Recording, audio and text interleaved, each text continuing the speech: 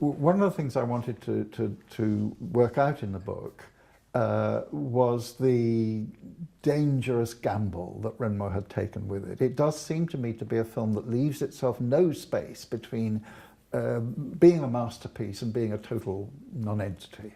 There are many moments of, as it were, failed comedy in the film, and the whole enterprise is very risky. This enterprise of doing a light comedy, which would be essentially about the nature of French society in 1938-9. Terribly risky enterprise, and Renoir then multiplied the risks in his casting. This partly, again, goes back to the Pirandellian impulse, the desire for us to see something between the actor and the performance, not to let the actor simply disappear into the performance so that Nora Grigor simply becomes Christine, or he himself simply becomes Octave.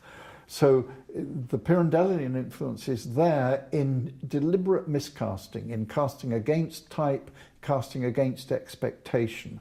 And one of the most evident ways in which Renoir does this is by casting someone who was very well identified to the French audience as Jewish, that is Marcel Dalio, in the role of a French aristocrat, Robert de Lachenay.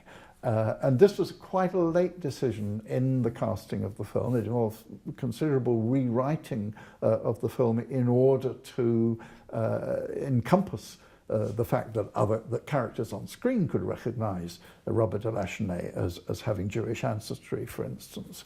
And one of the things that Renoir does that I don't mention in the book, that I may do in revising the book before it gets printed, but in my present drafts, I haven't found any space to talk about the moments of outrageously apparent makeup that Marcel Dalio is carrying, which again make you see something that isn't simply the character, that make you see the construction of the character before your very eyes. But it was a major gamble that Renoir took, because unless Marcel Dalio can deliver a charming, accomplished performance that makes you see not just the decadence of the character, but also the genuineness of his qualities, then the film can easily slide into an apparent endorsement of anti-Semitism. So this was a vast risk that Renoir took with it. There was a major anti-Semitic wing to French film criticism of the time that, of course, wanted to go in that direction, wanted to see, as it were, decadence associated with Jewishness.